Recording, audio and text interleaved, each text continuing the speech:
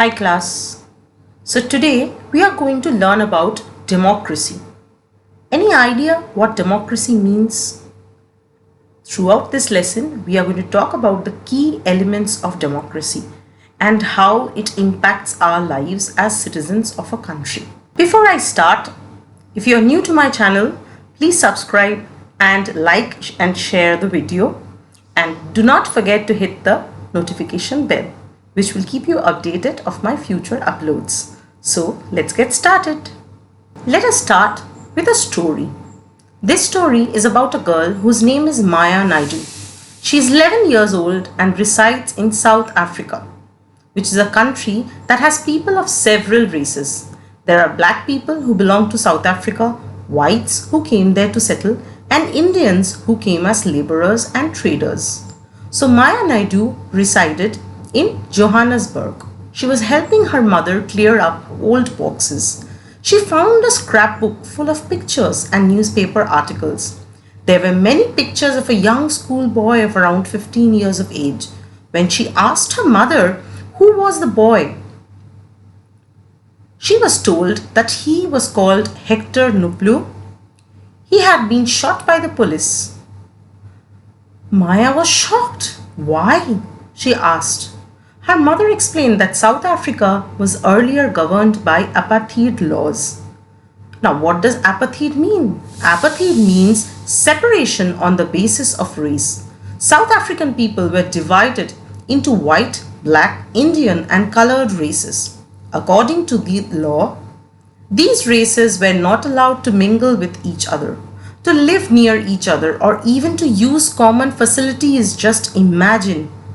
To this, Maya could not believe her ears. Maya's mother sounded angry when she spoke about life under apartheid.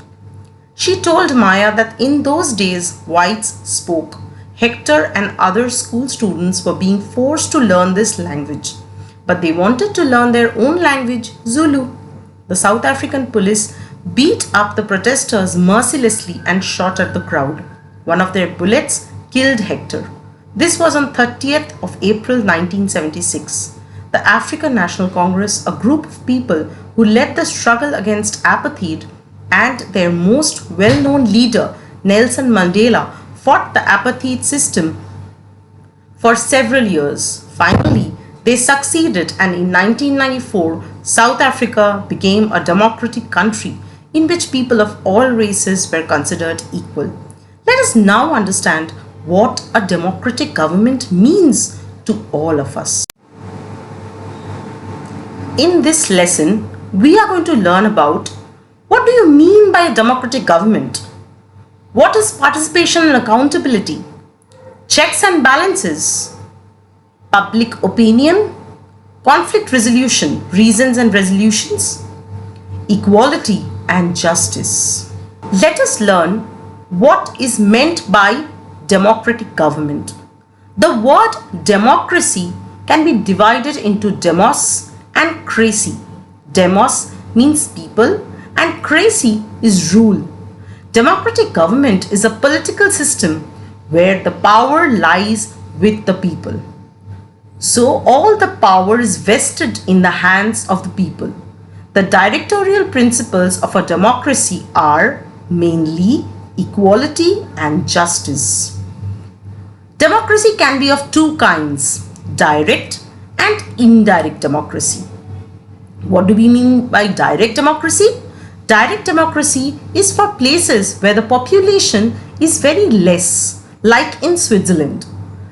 Indirect democracy, wherein people elect leaders to control and to rule, to take care of the system, is in a place like India, where population is huge. So direct democracy is not possible. Participation and accountability, the next subheading. So what do we mean by participation and how can we participate? Do you know about regular elections? Now, why do we have regular elections? So that people, they make the decisions in a democracy. They vote. Voting in elections, people elect leaders to represent them. These representatives take decision on behalf of the people. Now tell me a simple answer for this simple question. What happens if people are not happy with their decisions? I am sure it will tickle your brains, and give me an answer in the description box and comment section below. Election. All governments are elected for a fixed tenure or period. In India, this period is majorly 5 years. Once elected, governments can stay in power only for that period. If they want to continue to be in power, then they have to be re-elected by the people.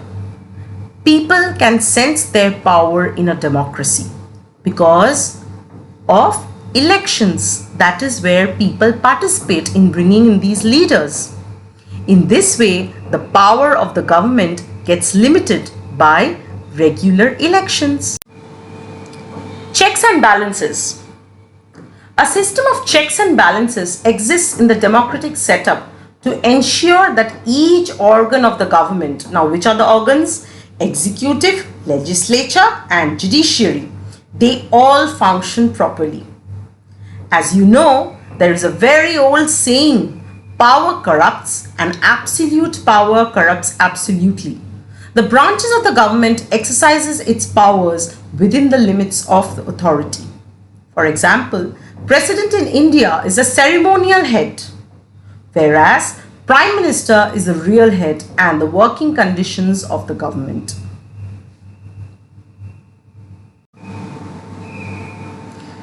In a democracy, public opinion, views of the people are very important. Elections are usually held once in 5 years. So do you think it is the only way that people can participate in a democracy? People participate also by taking interest in the working of the government, by criticizing it when required. That is when it is referred to as public opinion. There are many ways in which people express their views and make governments understand what actions they should take. Mass media, newspapers, magazines, TV, all play a role in discussing government issues and responsibilities, thus bringing forward public opinion. With the help of dharnas, rallies, strikes, signature campaigns, etc., things that are unfair and unjust are brought forward. So public opinion is given its true importance in a democracy. While it's true that democracy allows people to participate, it is also true that not all sections of people are actually able to do so. Another way for people to participate is by organizing themselves into social movements that seek to challenge the government and its functions. Members of the minority community, Dalits, Adivasis, women and others are often able to participate in this manner. If a country's people are alert and interested in how the country is run, the democratic character of the government of the country will be stronger. Conflict resolution, another very important segment in a democracy. So conflicts give rise to violence. Violence will give rise to inevitable problems. Diversity in India contributes to varied opinions, differing lifestyles and socio-economic inequalities. Socio-economic inequalities. Conflicts may take place either as a result of varied opinions, creating disharmony, or sometimes a section of the society feels alienated. Disagreements, although affect the peace of the country, are not always negative in nature. Resolution of conflicts. Now, how are these conflicts resolved? Conflicts can be resolved in many ways. For example, the route a procession may lead to a conflict.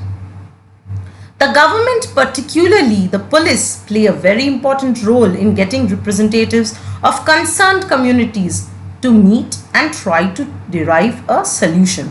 For example, if Eid and Ganesh Chaturthi, Both are happening during the same time. Both processions are bound to take place. So how does a government come to a resolution?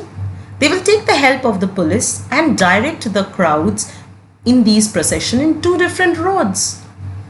It is a little complicated when we come to emotions, because these emotions are our religious emotions, but not that it cannot be done, right?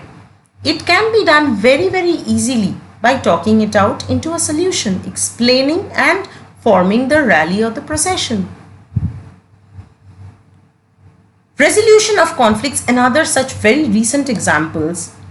Rivers too can become a source of conflict between two states, like Kaveri water dispute between Karnataka and Tamil Nadu. A conflict arises because both dams are on the same river. What did the central government do? The central government has to step in and see that a fair distribution is worked out for both the states. Through dialogue and negotiation, solutions can be found out to resolve the problem. Through dialogue and negotiation, solutions can be found out to resolve the problem. The system of courts also looks into conflict resolution to restore peace and tranquility.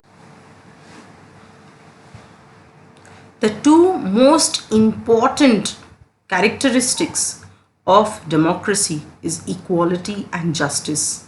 Without these two in place, democracy cannot be successful. So what does equality and justice, what do they mean? The key ideas, these are the key ideas which is committed to ensuring democracy. Equality and justice are inseparable, as justice can only be achieved when people are being treated equally. The government also recognizes this and makes special provisions for groups within the society that are unequal. Everyone in a democracy has freedom of speech and expression, religion, occupation, etc. Justice ensures rights to all the individuals of the country. However, a lot is there to achieve in areas of equality and justice, as discrimination still persists. So yes, it's a wake-up call. We still are looking ahead in the future where there is going to be complete justice and equality in the society. But sure, the fight has begun, and after so many years of us becoming independent and free India, we are definitely looking good as a country. Thank you so much for listening to me.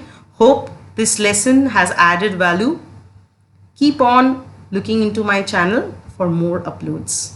Thank you.